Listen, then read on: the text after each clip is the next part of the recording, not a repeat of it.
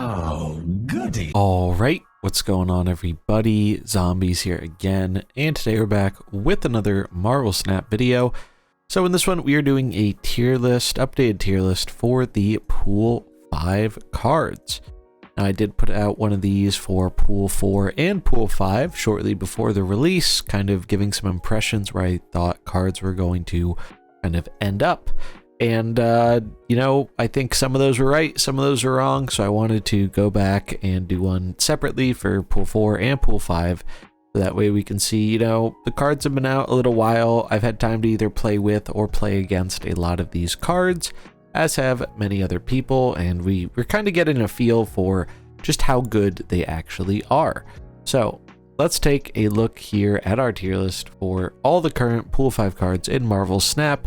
Worth noting, we are not including Null here, because at the time of recording this, he is not yet released. He is about to drop in about a day or so. So we'll keep an eye out on him, but for the time being, until we get to see that card in action, can't really accurately figure out where it falls on the scale here. Starting out, I think I want to address the worst one here first, and that is Super Skrull. So this is a card I was pretty excited about. On paper, it has a very neat ability. I also really like the artwork. The problem with this card is that it copies all your opponent's other ongoing effects, and that's great and whatnot. But it doesn't really do much on its own. 2 cost for 4 power, and it's not getting rid of their ongoing effects. And the odds are they're going to be able to use their ongoing effects a lot more effectively than you are if you're just including this as a tech card. The dream off of this card is to copy something like Iron Man and maybe something else and win a lane with it, and that's cool, but that's not going to be happening a lot of the time, and I think you're probably better off just running a better, more focused deck than a niche kind of counter card like Super Skrull. Kind of sad to say this because I do think the card is really neat, but I just think currently with the ongoing decks that are popular, Super Skrull just does not do enough to justify his inclusion in a lot of decks, and I would certainly recommend against purchasing this one from the token shop. Then we have Thanos, so we'll go from bottom to top here, flip up the order a little bit. Thanos is awesome. He's a really cool card. I opened a Thanos, so I got kind of lucky. I've played with him a bunch. I think he's decent. I think he's really kind of straddling this line between B and C tier right now. Playable card, you can win games with him. The thing about Thanos is his strength right now comes from the stones and not so much himself.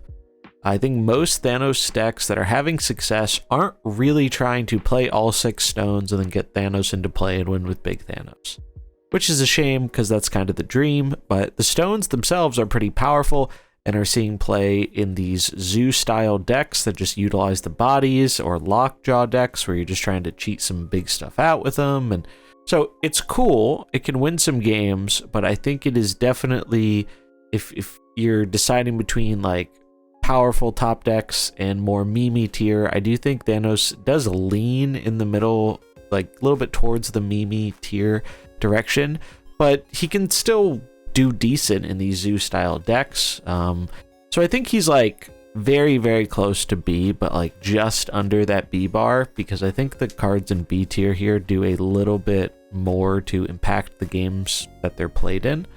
But Thanos is one of those cards that he does something no other card does, where he makes your deck less consistent, which is a big downside.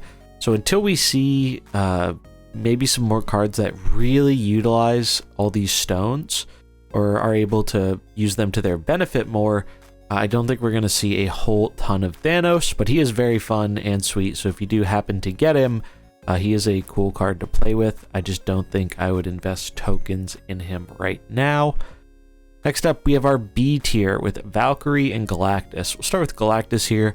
Galactus is another card that in my last tier list I said was going to be an new archetype creating card, and definitely did accomplish that. Galactus decks are pretty powerful, not crazy prominent but they definitely are good when they get to do the thing they're trying to do. I think it's just a decent deck. I don't think it's oppressive. I don't think it's terrible. I think it's like just kind of a fine deck. It can be a little bit annoying to lose to Galactus sometimes, but there is a lot of counterplay available, whether filling up their lanes, Cosmo, other stuff like that. It's a cool card. I haven't gotten Galactus, so I've only had the pleasure of playing against it, not with it, but I've watched a lot of gameplay with it, and I think it's just a good card, and I think Null's going to make it better. How much better, we'll have to wait and see, but for now, solidly B tier. If you really like what this archetype is doing, because it's very much an acquired taste, not everybody's going to enjoy the gameplay of Galactus, but if you do enjoy, or you think you might enjoy some of that gameplay, that might be your style of thing, maybe Galactus could be worth it for you. Valkyrie. Valkyrie's kind of a strange card. This is one of the ones I was most excited for, and I have pinned in my token shop, and I'm really thinking of buying it. Hasn't been an all-star in creating like a new specific deck, but she does go in some pretty interesting decks. The main one I was thinking of is Cerebro 3, though I have seen some people try and cram her into negative, which is kind of an interesting idea. I think this card has a lot of potential, and I don't think we're seeing it be fully explored because of how limited these Series 5 cards are, and the other ones are just more flashy, most of them. But I think Valkyrie is just a solidly good card that it hasn't been discovered what her best home is yet, but I do think once that is found, she is going to be a pretty big powerhouse. I saw a pretty neat idea using Doc Ock to pull stuff into a lane, and then you can Valk it on the final turn, play down some cheap or free stuff, and pull out ahead with things that just kind of like buff your stuff or ongoing effects like Ant-Man, and that's kind of a neat idea. But I do think right now the best home for it is going to be Cerebro 3, as well as maybe Mr. Negative if you can find the space. Overall, much like Galactus, just kind of a good card, but very deck specific. Probably can play it in a bit more decks than Galactus, but obviously isn't going to have that crazy impact that he does. But they're both very unique effects, and I think they're both pretty deserving of the B tier here, just solidly good cards. A tier, we have Shuri. Shuri is very good. I played a lot with Shuri the other night. There's going to be some gameplay videos going up showcasing her, but I put her in negative. She did pretty well there, but the real place I was very impressed with Shuri was in a Red Skull Taskmaster style deck. I think I had She-Hulk in there too. Shuri's just really good when you're trying to slam a big thing on 5 or on the final turn. It's just, she does something no other card in the game can really do. Obviously, she makes the Black Panther deck stronger because you have more resiliency with your combo. You don't have to rely on Wong or Zola all the time. Sometimes Shuri can just be enough to get you there or give you that redundancy. Shuri is also insane when you double her ability, but even just getting it off once on something big, it's really nuts. I think this is one of the best cards from Series 5, and even though the applications for it for now are a little linear in which decks it can find a home in, I do think this is one of those cards that at some point in the future, it's going to be broken with something. But for now, it's just a very good card that works in a select few decks that have obvious synergy with it. And if you like that kind of gameplay of making one big thing or multiple really big things, Shuri might be the card for you. And then last, but certainly not least, we have Bast at tier S here. The reason I put Bast at S is because I don't think the card is broken by any means, but the amount of power he can provide for being a cheap one cost is kind of insane. This card I think does the best in the Mr. Negative style decks, because almost every card in that deck, barring maybe Sarah, just gets a bunch of stats from this. Like, you play this on turn 1 and you're getting like almost 9 stats. That's kind of crazy. It's just a ton of stats, And those decks aren't really playing anything on turn 1 anyway. You can sometimes weave it into your later turns. It's just a very flexible card. It works in a number of decks. Obviously, negative I think is one of the best spots for it, but it's also seeing a lot of play in Zoo. Zoo is doing really well with this card right now because Zoo has a lot of cheap stuff. It's also a cheap thing. It gets buffed up by their different ongoing effects. And it makes cards like Ant-Man and some of your other prominent 1-drops way juicier. Like, it just amps them way up at very little cost to both playing the card and your kind of general deck building direction for that style of deck. I also think Bast makes Thanos quite a bit better because you're making all those stones 3 power. That's a lot more than the 1 power they typically are.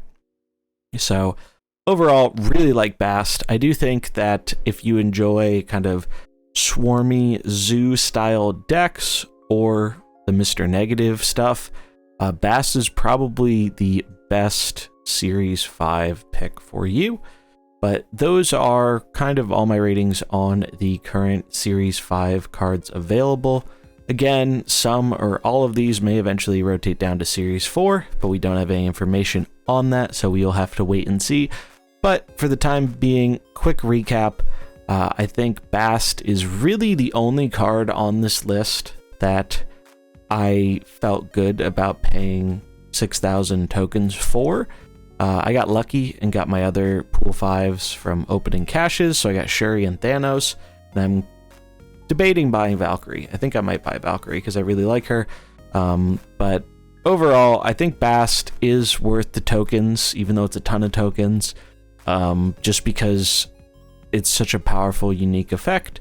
I think Shuri's worth it if you really love your Black Panther or big stuff with Red Skull kind of decks. Galactus, worth it as well if you really enjoy the style he provides. Valkyrie, pretty good card, but again, I'm not too sure if she's worth the tokens, but if you open her, she's pretty good. Thanos, I would not purchase unless like he's your absolute favorite card and you're okay with the fact that he's probably not going to be super competitive, but he can still win you some games. And then Super Skrull, just don't purchase this card. Do yourself a favor and spend your tokens literally any other way, because this card is not it right now. But yeah, those are my thoughts. Let me know in the comments below what you think about all these Series 5 cards. That's going to wrap it up for this video. If you enjoyed it, remember to like and subscribe, and I'll catch you in the next one. Peace.